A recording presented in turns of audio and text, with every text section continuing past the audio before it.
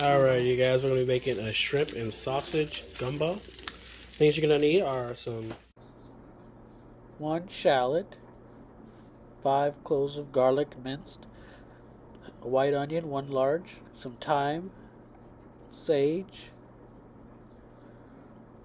some green onions, green bell peppers, red bell peppers, and you're going to need some celery. You're also going to need 4 cups of chicken broth. Homemade is preferred. 1 pound of smoked sausage cut up. Also 1 pound of Cajun sausage cut up, andouille, and 1 pound of shrimp put on ice, deveined and chilled. Throw 1 pound of seasoned chicken thighs in the oven for 1 hour at 350. In a medium saucepan, heavy bottom, we're going to add some olive oil, making sure it's ripping hot when you do that because we're going to be adding our sausage next to sear it. The olive oil is going to help with the high temperatures to get that nice crispy sear that you want on it. Right now we're doing the smoked sausage first. Gonna sear that for about 5 to 10 minutes on medium-high heat. Then we're gonna, once it gets nice and crispy, we're gonna take that out and drain it, and we're gonna put that in a bowl and set it aside. And then we're gonna go back and repeat that process with the andouille sausage, which we cut on a bias. This one takes a little bit more time because it's cut kind of like oblong shaped, but it's a little more surface area, but it takes a little longer. Just so we have a different textures going on in the gumbo, so it's not all the same. I think it adds a little bit of texture. That's my opinion. Look at how crispy that is. Little char pieces on there. That's where the flavor is. That is where it's at.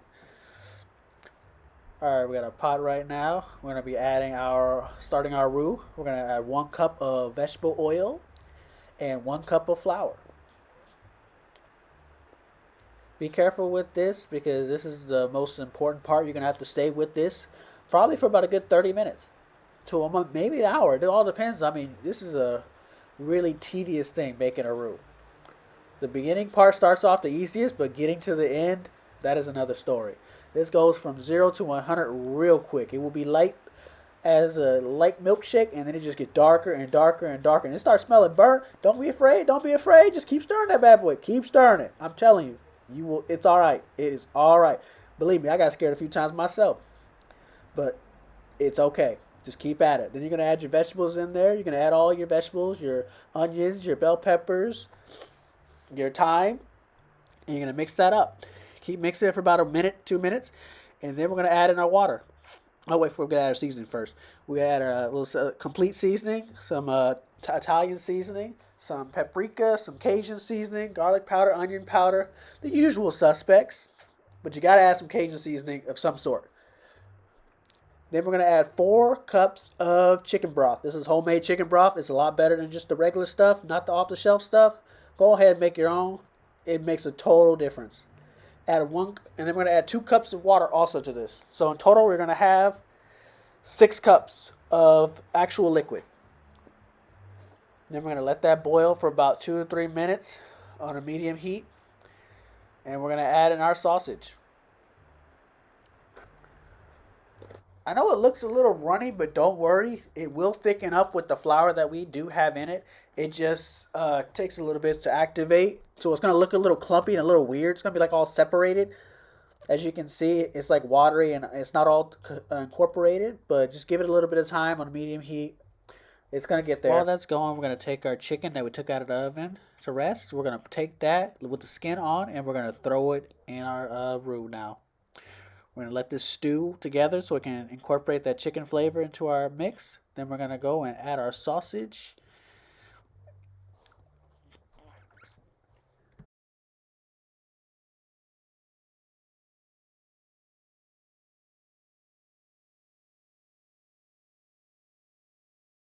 Our shrimp we're going to add last, right before serving. You're going to take that and give it a little mix. Now look how gorgeous that looks. Like, you guys, this is like crazy. I did not think this is going to come out like this at all. So we're going to take the chicken skin out once it loosened up for after stewing for about 30 minutes. We're going to take the skin out. If you guys are worried about why we left the skin on, it's just to transfer the flavor. Because skin equals flavor. Fat is flavor. Remember that. And it's just super easy to do after the fact. Then we're going to go through and sift and pick for bones for the chicken. And we're going to let this stew again for another 30 minutes. Then bam, look at how beautiful that is. If that ain't the most beautiful gravy you have ever seen in your life, we're going to throw that over some rice like it should. That looks legit. I'm really surprised with myself at how I plated this. I did not think it was going to come out this beautiful, but I really outdid myself this time. Like, this is something I would want to see when I go into a restaurant. I am like just astonished that I was able to do this at home. Make sure y'all share this recipe with some of y'all friends. I know somebody want to make this. Make sure you guys like, comment, subscribe. There are new videos coming out every Sunday.